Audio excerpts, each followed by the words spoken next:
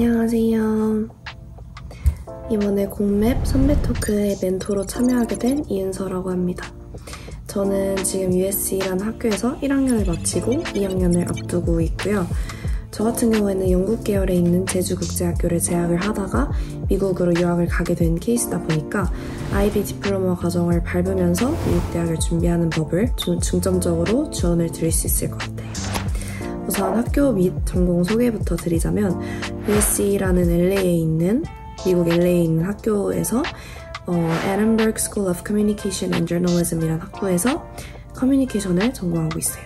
저희 학부에는 커뮤니케이션 말고도 PR, Public Relations, 그리고 Journalism까지 해서 3가지의 전공을 보유를 하고 있습니다. 커뮤니케이션을 왜 선택했는지 궁금해 하실 수도 있을 것 같은데 흔히들 하신 오해가 커뮤니케이션은 소통을 배우는 건가? 라고 오해하시는 분들이 많았는데 한국에서는 신문방송학과, 미디어 커뮤니케이션 학과라고 통상적으로 알려져 있고요. 졸업을 하게 되면 진로로는 방송, 기획, 마케팅, PR 등등 되게 다양하게 갈 수 있어요. Law나 Human Resources 쪽으로 가시는 분들도 있고 복수 전공을 하는 분들도 많아서 진로에 대해서는 되게 유동적으로 많이 오픈되어 있는 학과입니다. 제가 들었던 수업들이 Communication and Mass Media, Communication and Culture 이런 식으로 다양한 필드로 공부를 하게 되고요. 이론 비중도 많지만 저널리즘 수업들도 필수적으로 배워야 되는 만큼 이제 실기도 같이 많이 섞여져 있어요. 그리고 교내에 이제 저희는 방송국, 뉴스룸이라는 방송국이 있기 때문에 실기는 원한다면 여기서 더 할 수도 있습니다.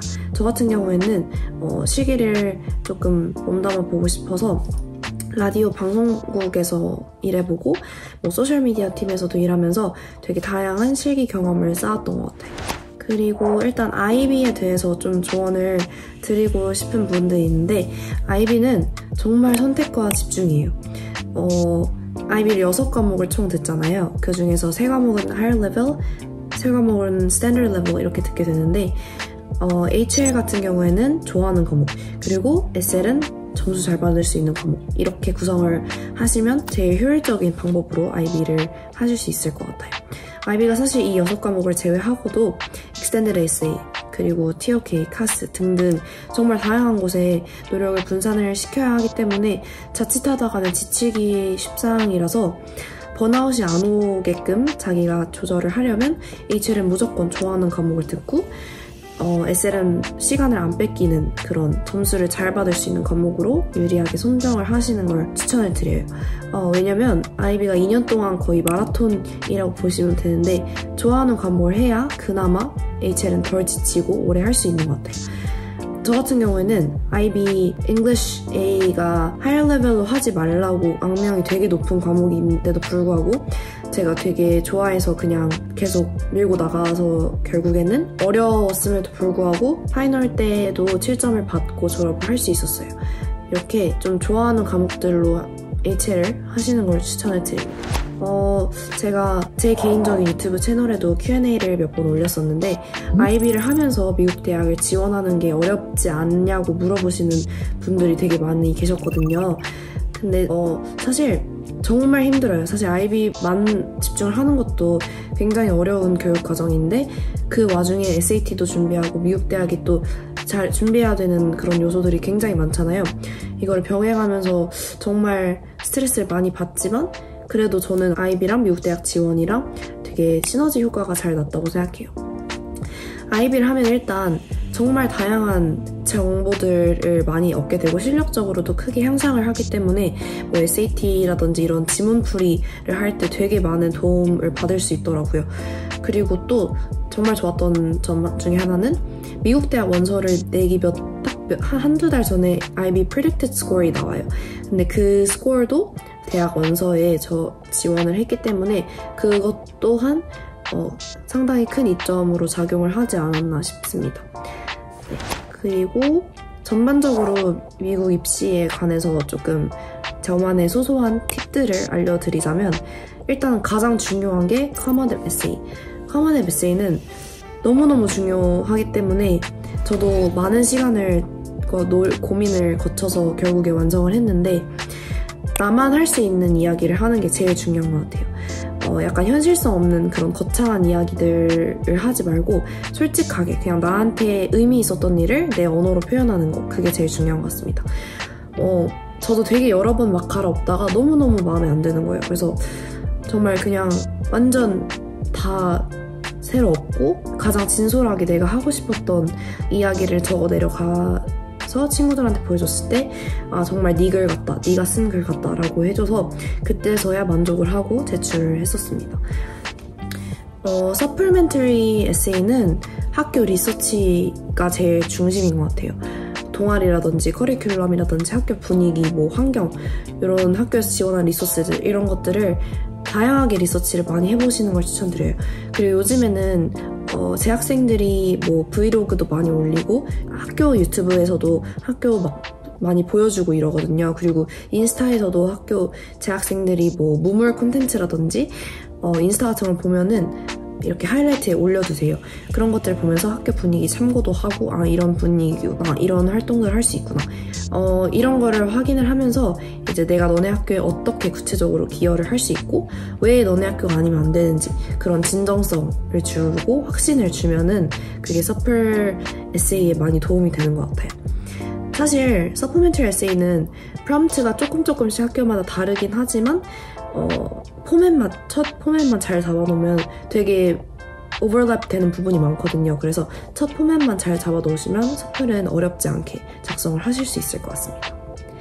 그리고 엑스트라 커리큘러 같은 부분에서는 너무 얕게 여러 가지 이것저것 활동을 하는 것보다는 같은 갈래의 엑스트라 커리큘러 몇 개, 팀을 정해서 그 안에서 하는 것도 되게 좋은 것 같아요. 사실 너무 많은 활동들을 하잖아요, 저희가. 근데 그 중에서 딱 커먼앱은 10개만 작성을 할 수 있기 때문에 우선순위를 가려내는 작업을 꼭 필요로 하거든요. 저 같은 경우에는 뭔가 팁을 주자면 여태 했던 이시들을 모두 적어 내려본 다음에 공통점이 있는 것들끼리 묶어보는 것도 방법이에요.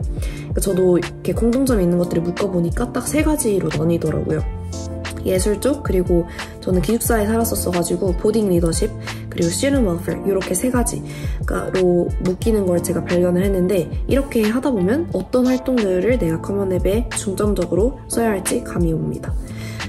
그리고 한국 학생들이 GPA에 되게 집착을 많이 하는 모습을 간혹가다 보는데 사실 저는 GPA에 과도한 집착을 버리라고 말을 해주고 싶어요. 사실 내가 가고 싶은 학교에 그런 bare minimum 점수만 넘기면 1, 2점은 그렇게까지 크게 차이가 없어요. 근데 한국 학생들이 예를 들어서 내가 가고 싶은 학교가 4점 만점에 3.8 이 정도만 넘으면 되는데 내가 3.7이어서 지원을 못하거나 이런 경우들을 많이 봤거든요. 근데 사실 GPA가 약하면 다른 요소들로 다른 감점들을 강화시켜서 보여주면 되기 때문에 이런 거에 GPA에 너무 과도하게 집착하지 않았으면 좋겠습니다. 저 같은 경우에도 GPA가 낮은 편은 아니었지만 완전 탑은 아니었기 때문에 다른 에세이라든지 이런 것들에 더 신경을 쓸 수 있게 됐어요.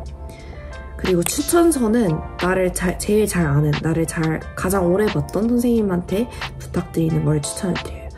그래서 제가 생각을 해봤을 때 미국 입시는 모든 요소들이 내가 애플리컨트로서 내 캐릭터를 좀 일관되고 well balance드하게 보여주는 그 스토리텔링 과정이 단단하면 나를 더 매력적인 애플리컨트로 선보일 수 있는 것 같아요. 그리고 학교를 어떻게 선택하는지, 나랑 잘 맞는 학교가 어디인지 어떻게 알죠? 하시는 분들이 많은데 사실 학교를 랭킹으로만 따지기에는 환경도 사실 4년 동안 사는 거잖아요. 환경도 너무 중요하고 전공도 너무 중요하고 그 학교가 강한 전공에 가면 확실히 지원받을 수 있는 그 레인지가 넓어지는 것 같아요. 그래서 저는 사실 어떻게 학교를 골랐냐면 뭔가 학교에 합격한 지인들이나 선배들이나 이런 분들의 공통점을 좀 파악하면서 이런 사람들이 이런 스펙들을 했고 이런 게 나랑 결이 좀 비슷한 것 같다 싶었던 학교가 US였고 뭔가 제 친구들도 보면은 이제 갔던 선배들이랑 되게 비슷한 결의 친구들이 많이 갔더라고요. 그래서 이 학교는 이런 상을 추구하는구나, 이런 학생, 이런 인재를 원하는구나, 이런 것들을 좀 파악했던 것 같아요. 그리고 또 다른 방법이라고 하면 서플 질문들을 보면은 이 학교가 어떤 인재상을 추구하는지 조금은 감이 오더라고요. 뭐 약간 창의적인 질문을 하는 학교들도 있고 아니면 뭐 내 관심사에 대한 질문을 하는 학교들도 있고 이래서 그런 질문들을 내가 뭔가 자신 있게 답할 수 있을 것 같다 싶은 학교들이 좀 저는 합격을 많이 했던 경험을 했던 것 같아요.